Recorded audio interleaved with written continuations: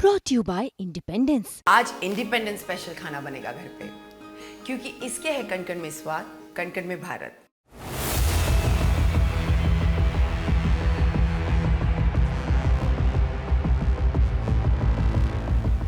प्रधानमंत्री नरेंद्र मोदी जिस ट्रेन से यूक्रेन पहुंचे हैं उसकी खूब चर्चा हो रही है।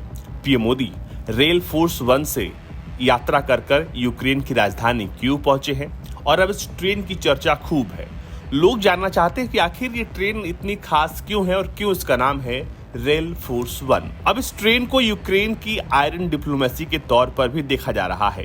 ये ट्रेन बेहद खास है और इसमें सुरक्षा के पुख्ता इंतजाम है।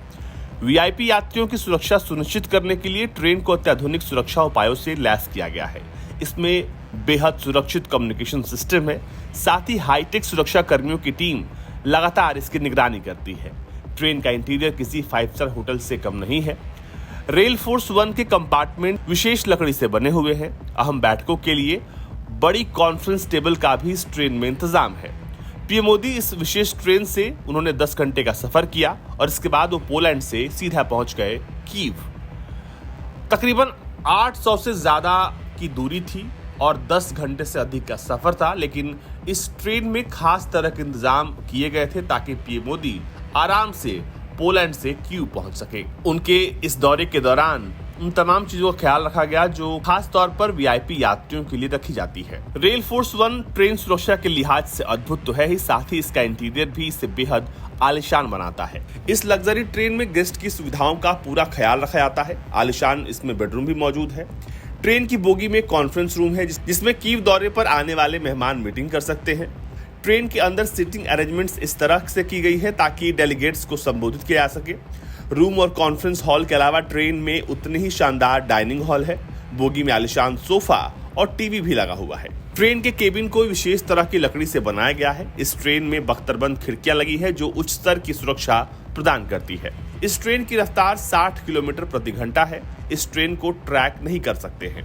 इस ट्रेन में इलेक्ट्रिक की जगह डीजल इंजन लगा है। इसकी वजह से हमलों में पावर ग्रिड के प्रभावित होने के बावजूद ट्रेन सामान्य रूप से ऑपरेट होती रहेगी। हथियारों से लैस है। इसमें बेहद सुरक्षित कम्युनिकेशन सिस्टम है। इस ट्रेन में पूरे समय हाईटेक सुरक्षा कर्मियों की टीम मौजूद रहती है जो लगातार सिक्योरिटी को मॉनिटर करती है। अब बात करते हैं कि आखिर पीएम मोदी के कीव पहुंचने के पीछे सबसे खास वजह क्या है और इससे क्या बदलेगा। पोलैंड के बाद अब 2 दिनों के लिए पीएम मोदी यूक्रेन पहुंचे हैं और यहां पर उनकी मुलाकात यूक्रेन के राष्ट्रपति व्लादिमीर ज़ेलेंस्की से होगी। अब रूस यूक्रेन युद्ध के लिहाज से उनका यह दौरा काफी अहम है क्योंकि पीएम मोदी उन चंद नेताओं में से हैं जिन्होंने रूस का भी दौरा किया है और अब वो यूक्रेन का दौरा करने वाले हैं। आपको बता दें कि कीव और नई दिल्ली के बीच राजनयिक संबंध को स्थापित हुए 30 साल से अधिक का समय हो गया है और साथ ही ये दोनों नेताओं की चौथी मुलाकात होने वाली है। पहली बार पीएम मोदी और ज़ेलेंस्की नवंबर 2021 में स्कॉटलैंड के ग्लासगो शहर में मिले थे। ग्लासगो में उस वक्त COP26 जलवायु सम्मेलन हुआ था। इसी सम्मेलन में दोनों नेताओं की मुलाकात हुई। इसके बाद मुलाकात 2023 में जापान के हिरोशिमा में G7 शिखर सम्मेलन के दौरान हुई। तीसरी मुलाकात 14 जून 2024 को इटली में आयोजित G7 शिखर सम्मेलन में हुई थी और अब ये चौथी मुलाकात है जो कि राजधानी कीव में हुई। आपको बता दें कि रूस यूक्रेन युद्ध के बीच पीएम मोदी के इस दौरे को पूरी दुनिया काफी सकारात्मक नजर से देख रही है। भारत ने साफ तौर पर कहा है कि इस पूरी समस्या का समाधान बातचीत की टेबल पर निकल सकता है। युद्ध किसी भी समस्या का हल नहीं है। ऐसे में अब पीएम मोदी जब रूस के बाद यूक्रेन पहुंचे हैं तो बहुत सारे यूक्रेनी एक्सपर्ट्स का मानना है कि उनके यूक्रेन आने से बहुत हद तक इस युद्ध को लेकर बात बन सकती है और पीएम मोदी उन चंद नेताओं में से होंगे जो इस युद्ध को रुकवाने के लिए एक बड़ा कदम उठा सकते हैं। साथ ही पीएम मोदी ने इस बात की पेशकश की थी कि भारत दोनों देशों के बीच सामान्य संबंधों के लिए हर मुमकिन कोशिश करेगा।